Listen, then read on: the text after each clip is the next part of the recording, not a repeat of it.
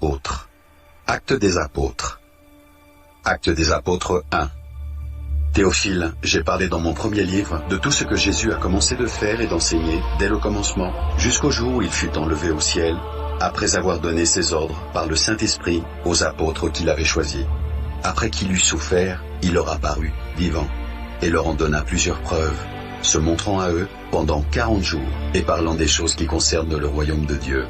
Comme il se trouvait avec eux, il leur recommanda de ne pas s'éloigner de Jérusalem, mais d'attendre ce que le Père avait promis, ce que je vous ai annoncé, leur dit-il.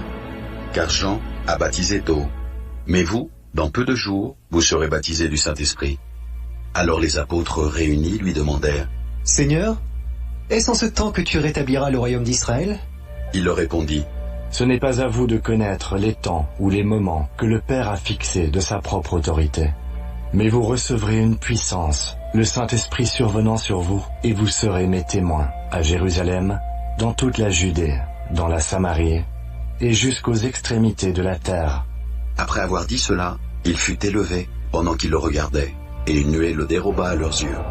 Et comme ils avaient les regards fixés vers le ciel pendant qu'ils s'en allaient, voici, 2 hommes vêtus de blanc leur apparurent et dirent, « Hommes galiléens, pourquoi vous arrêtez-vous à regarder au ciel ? Ce Jésus, qui a été enlevé au ciel du milieu de vous, viendra de la même manière que vous l'avez vu allant au ciel. » Alors ils retournèrent à Jérusalem, de la montagne appelée des Oliviers, qui est près de Jérusalem, à la distance d'un chemin de sabbat. Quand ils furent arrivés, ils montèrent dans la chambre haute, où ils se tenaient d'ordinaire. C'étaient Pierre, Jean, Jacques, André, Philippe, Thomas, Barthélemy, Matthieu, Jacques, fils d'Alphée, Simon le Zélote, et Jude, fils de Jacques. Tous d'un commun accord persévéraient dans la prière, avec les femmes et Marie, mère de Jésus, et avec les frères de Jésus. En ces jours-là, Pierre se leva au milieu des frères. Le nombre des personnes réunies était d'environ 120, et il dit, « Hommes frères, il fallait que s'accomplisse ce que le Saint-Esprit, dans l'Écriture, a annoncé d'avance par la bouche de David, au sujet de Judas, qui a été le guide de ceux qui ont saisi Jésus. Il était compté parmi nous. Il avait part au même ministère. Cet homme, ayant acquis un champ avec le salaire du crime, est tombé, s'est rompu par le milieu du corps, et toutes ses entrailles se sont répandues. La chose a été si connue de tous les habitants de Jérusalem que ce champ a été appelé dans leur langue Akeldama, c'est-à-dire champ du sang. Or, il est écrit dans le livre des psaumes que sa demeure devienne déserte et que personne ne l'habite, et qu'un autre prenne sa charge.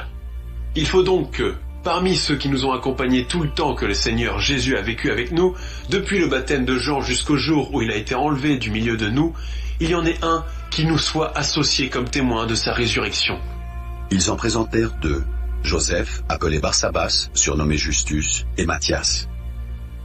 Puis ils firent cette prière. « Seigneur, toi qui connais les cœurs de tous, désigne lequel de ces 2 tu as choisi, afin qu'ils aient part à ce ministère et à cet apostolat que Judas a abandonné pour aller en son lieu. » Ils tirèrent au sort, et le sort tomba sur Matthias, qui fut associé aux 11 apôtres.